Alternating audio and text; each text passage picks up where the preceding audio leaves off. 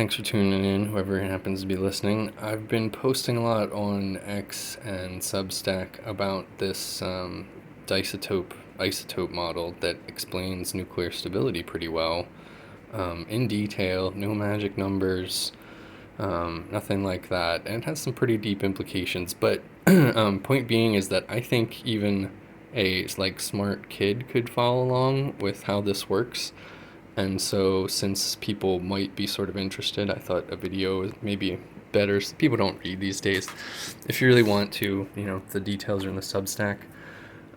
But here's how you play the game.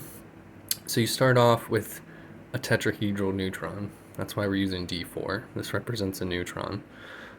You can see that there's two faces marked with sticky tack and two faces not marked with sticky tack.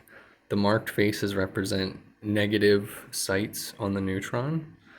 The unmarked faces are positive sites on the neutron. Right. So knowing what I know now, if you want to play the game, don't get black dice. I've been using gold and silver to mark the edges. Right. There's a shared edge. You can call it like a north and a south, maybe, although I'm not sure which is which. But shared edges for the negative and positive sides, and those are sort of important for how things match up and function. Let's see. This is the live edit. So protons in this system are just the absence of one of these negative markers, sort of the way it works. And you can think about it kind of like how electron holes operate in solid state physics, where they're hopping and filling adjacency. This is sort of like a proton hole, if you want to think about it that way. Anyway, knowing what I know now, I would get white dice to label the edges blue and red or something like that. You may want some Gorilla Glue around too, if you get to the really complicated stuff. So protons are sort of, not exactly represented directly in this system, but they're not the primary space-filling element. So what I've done here is kind of lay out the basis of this model for the very start of the table. So if a proton is here and a neutron is here, this would be a dineutron, which is not discussed too frequently, but has some importance here. You can see that these edges are matched. So we've got silver and gold matching. Silver and silver can never match. Two golds could match, or two negatives or two norths can match if there's a proton between them. So that happens sometimes, right? So if you take this structure and add a neutron, that's like taking away a negative facet. So that's how you get to tritium. Or if you're doing the same thing to a neutron, you add a proton, take away a negative site, and then you get a deuterium.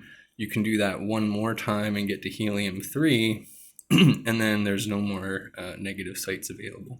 And for all neutrons, one of the rules is that for everything with more than one neutron, 2 and above, you have to have at least one free negative site available in order for the structure to be stable. Obviously that you can accommodate another proton there, but it tends to then electron capture or go into pair production or something like that. So anyway, that's the start. You can add a deuterium from helium-4 to get to lithium-6. You can add a neutron to get to lithium-7. And this possesses two negative sites, but if you go through and think through it, the neutrons are mostly protected in that they cannot go back to this free state so easily where they have two negative sites visible, right? And then where things really start to get interesting is at n equals 5, because you have two configurations that I call the ring and the star. So this is a star configuration. You can see it has one negative site available. This is and that's boron 10. And then beryllium-9 is the ring configuration, right? Something like this.